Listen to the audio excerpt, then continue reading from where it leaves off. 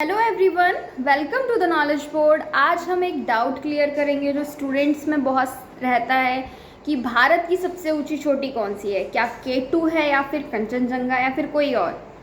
K2 में doubt इसलिए भी रहता है क्योंकि K2 POK का पार्ट है, तो हमें लगता है कि पाकिस्तान की ये सबसे ऊंची चोटी हुई। तो जब पाकिस्तान की सबसे ऊंची चोटी है तो भारत की ये सबसे ऊंची चोटी कैसे हो सकती है। फिर कंचनजंगा सबसे ऊंची चोटी होगी। तो सारे डाउट क्लियर करूँगी मैं।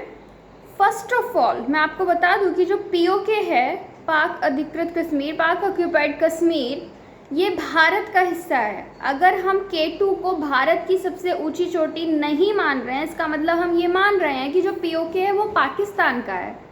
नहीं, K2 हमारी ही सबसे ऊंची चोटी है। कभी भी एग्जाम में आएगा भारत की सबसे ऊंची चोटी है तो हमें बिना डाउट के K2 लगाना है। कोई भी पूछे बिना डाउट के K2 बोलना है क्योंकि POK हमारा है।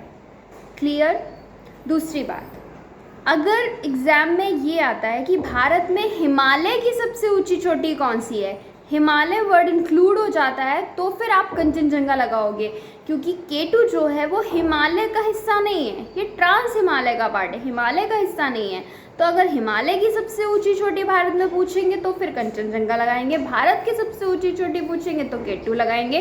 और कंचनजंगा आपको पता है पूर्वी भारत में पड़ता है, सिक्किम में है। तो अगर ये पूछा जाए कि पूर्वोत्तर भारत की सबसे ऊंची चोटी कौन सी है तो भी हम कंचनजंगा लगाएंगे। लेकिन अगर आपसे ये पूछ लिया जाए कि दक्षिण भारत की सबसे ऊंची चोटी कौन सी है तो आप कौन सी लगाओगे, अनाईमुड़ी, जो कि केरल में है। या फिर वेस्टर्न घाट की सबसे ऊंची चोटी पूछे तो भी अनाईमुड़ी आप लगाएंगे, जो कि केरल की इडुक्की जिले में है। क्लियर हो गया। भारत की सबसे ऊंची चोटी K2 ही है, कोई डाउट नहीं रखना है आपको इस बात में। ठीक है, थैंक यू।